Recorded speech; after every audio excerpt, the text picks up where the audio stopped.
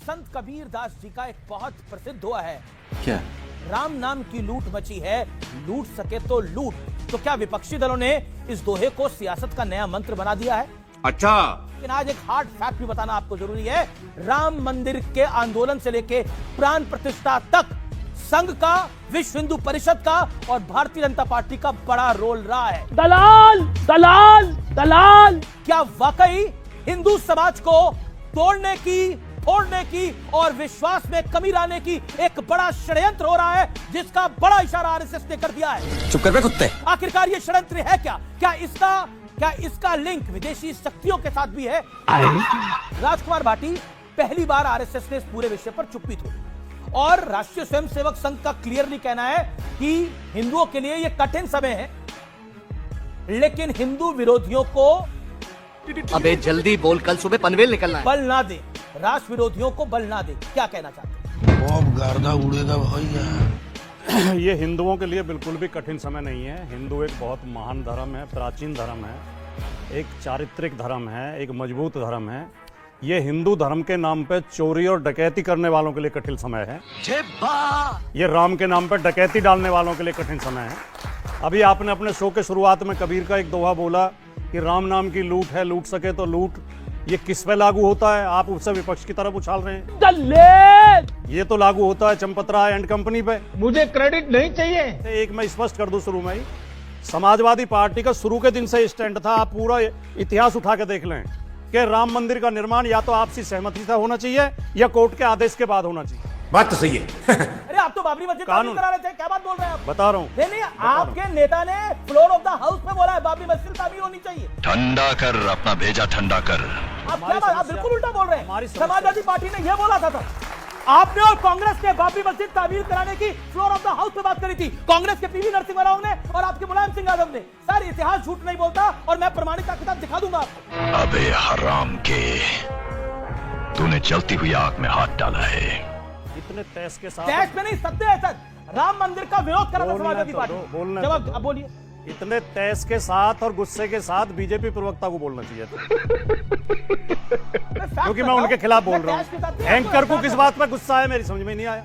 Anchor तो निष्पक्ष होता है, निष्पक्षता की एंकर बात को तो करो। निष्पक्ष रहना चाहिए। गलत बोलेंगे तो नहीं बोलना नहीं नहीं पड़ेगा नहीं, जली ना, तेरी भी जली ना। जिस गलत तरह बोलेंगे तो आपको बोलना हमारी पड़ेगा। बात पे गुस्सा आ रहा है, गुस्सा इन्होंने तो नहीं। डकैती डाल दिया, आपको तब भी गुस्सा नहीं आ रहा। नहीं, इनकी हमारी तो डकैती बात पर पे आगे गुस्सा सवाल आ रहा है। पूछेंगे। ये तो डकैती डाल रहे हैं तब भी गुस्सा नहीं आ रहा। धिक्कार है तुम पर। मैं जो बोल रहा हूं जिम्मेदारी के साथ, एक बयान हमारे नेता का दिखा दीजिए।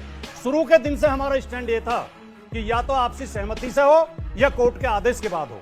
जिस दिन सुप्रीम कोर्ट का आदेश हुआ है, मेरी पार्टी ने और मैं बाकी पार्टियों की बात कर रहा हूं, और मैं किसी मुसलमान ने, सिख ने, ईसाई ने राम मंदिर पर कोई सवाल नहीं उठाया। राम मंदिर के खिलाफ कोई नहीं बोला। ये बड़ी अच्छी बात कही आप। मेरे नेता का शुरू से स्टैंड रहा है। हम इटावा में केदारेश्वर महादेव मंदिर बना रहे हैं। अखिलेश यादव जी अपने पैसे से बना रहे हैं, बहुत शानदार मंदिर बना रहे हैं, क्योंकि वो आस्थानवान व्यक्ति हैं। वो कह रहे हैं जिस दिन मेरे मंदिर का निर्माण पूरा हो जाएगा, मैं परिवार के साथ राम मंदिर में भी दर्शन करने जाऊंगा। क्या बात है। लेकिन इनका स्टैंड क्या रहा है?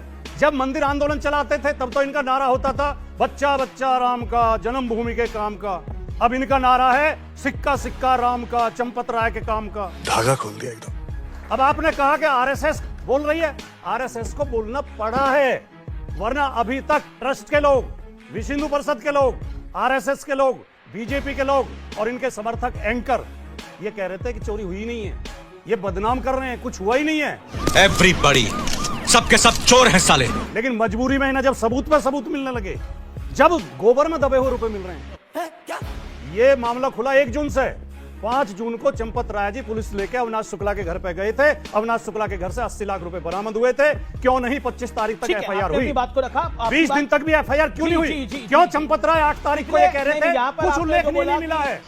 अरे देवा, ये गड़बड़े बाबा। वो है ना कि जब जी चाहे नई दुनिया बसा लेते हैं लोग और एक चेहरे पर कई चेहरे लगा लेते हैं लोग। हाँ बेटा, ये गोबर में समाज रुपया छिपा देते हैं लोग। ये समाजवादी वाले, मुझे कुछ कहने बताने की जरूरत नहीं है। मर्यादा पुरुषोत्तम भगवान श्री राम को लेकर अखिलेश जी तो छोड़ ही दो, उन पर तो मैं आऊंगा।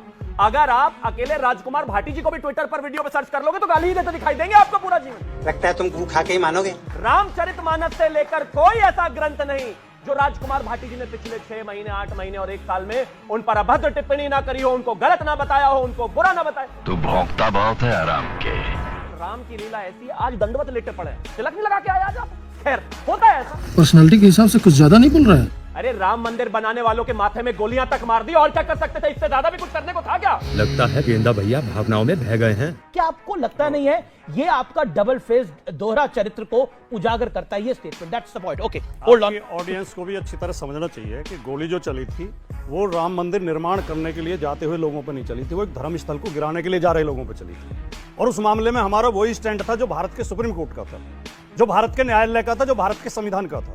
और उसमें मुकदमे कायम हुए थे तो आडवाणी जी, जोशी जी और विनय कटियार, उमा भारती के खिलाफ हुए थे। मुलायम सिंह यादव के खिलाफ कोई मुकदमा दर्ज नहीं हुआ था, क्योंकि मुलायम सिंह यादव ने कोई गैरकानूनी काम नहीं किया था।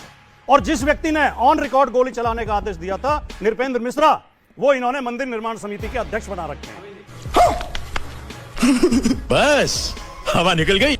ये तो लेने के देने पड़ गए। और जो आप बार बार ये सवाल उठता है कि दर्शन करने नहीं गए, दर्शन करने अभी तक रामगोपाल यादव की जो स्टेटमेंट थी उस पर कोई जवाब मैं नहीं दे रहे उसको आप। बता रहा हूं, तब तक सुप्रीम कोर्ट का फैसला नहीं आया था। मैंने कहा था सुप्रीम कोर्ट के फैसले के बाद हम एक शब्द नहीं बोले। मेरा पॉइंट ये है कि बाबरी मस्जिद तो तामीर कराना चाह रहे थे ना पहले आप लोग। हम बाबरी मस्जिद की रक्षा बिल्कुल करना चाहते थे। बिल्कुल कराना चाह रहे थे आप और कांग्रेस। मैं आप और बोल रहा कांग्रेस हूं। बिल्कुल कराना चाह रहे थे। सर मैं बोल रहा हाँ, बोलिए। हूँ, हम बाबरी मस्जिद की रक्षा करना चाहते थे क्योंकि वो गैरकानूनी काम था, वो अपराध था। क्या आपको लगता नहीं है कि आपने एक बहुत बड़ा सेल्फ गोल हुआ है भारतीय जनता पार्टी की 12 साल की सरकार में? ये एक एम्बैरेसिंग सिचुएशन है।